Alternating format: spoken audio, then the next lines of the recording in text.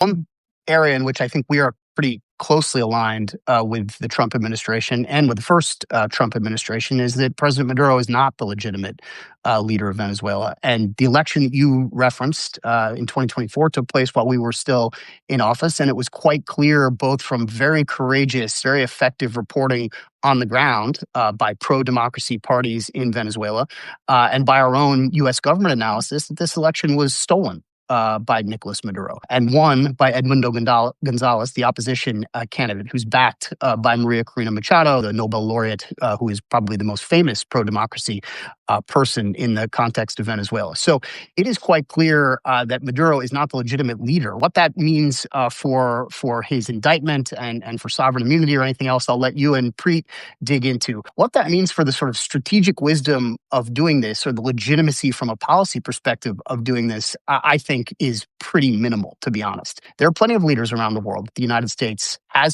could consider illegitimate because the elections that produce them, or the lack of election that produced them, people take over militarily, people take over government in all kinds of ways.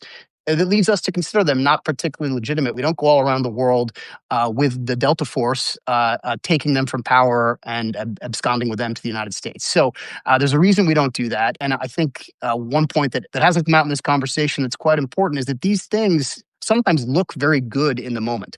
The operation was well executed. It's kind of intimidating, I think, to countries around the world in a good way that the United States military is able to do these things. They often age badly over time when it becomes clear that we have not fully thought through the aftermath and where all this is going. And nothing that we have seen in the first 24 hours or so of this experience has suggested that this administration has particularly seriously thought through how Venezuela will be governed, how, if at all, it will ever transition to a more effective government from the current regime that is still in control, and how the United States will do this, as Jake said, by essentially remote control or joystick from outside the country without having to put forces back in a significant way, which would be a big deal.